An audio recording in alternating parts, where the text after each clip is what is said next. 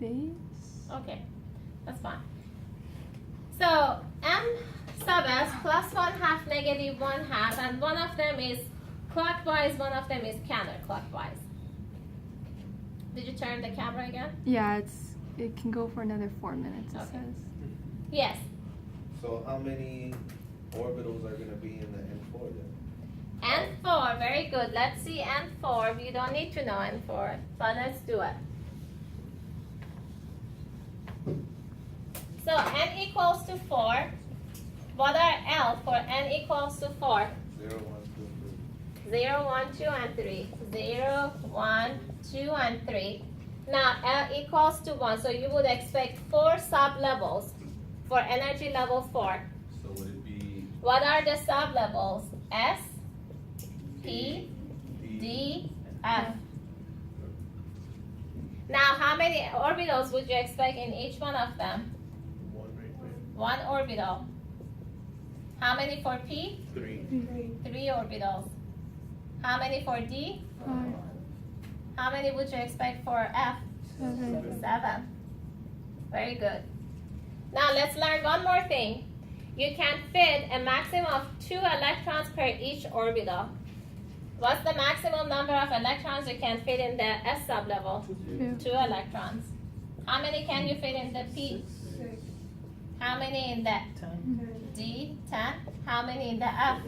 Very good. So as you get further away from the nucleus, these orbital sublevels are getting bigger.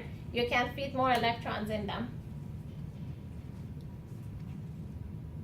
Now, what is the difference between these sublevels, S, P, D, and F? In terms of energy, which one do you think has the lowest energy? S. S. Why S? Because that's the ground state. That's the closest to the nucleus because it appears in energy level 1. So in terms of energy of sublevels,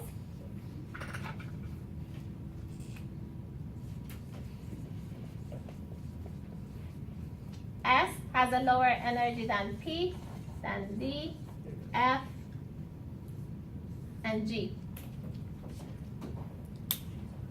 Now, what does that mean in terms of energy? Meaning that it's first S, then P, F, D, F, and G. Meaning that when I start putting electrons, you start putting electrons in the orbitals that have the lowest energy. So first, all the S orbitals is going to get filled up. Then I'm going to move to the second energy level.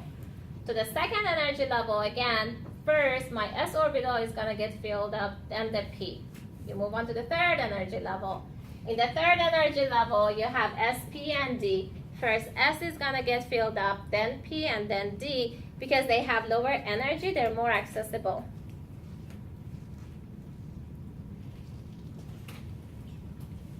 Questions?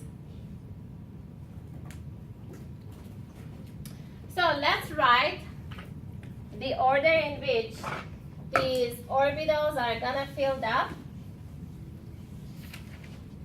which would be the electronic configuration.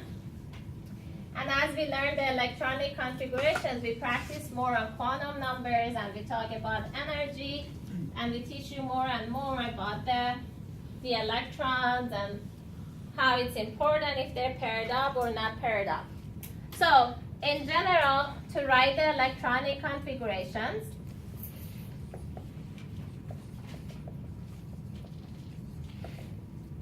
you start putting the electrons inside these orbitals because at the end our goal was to look at the electrons inside these orbitals. That's why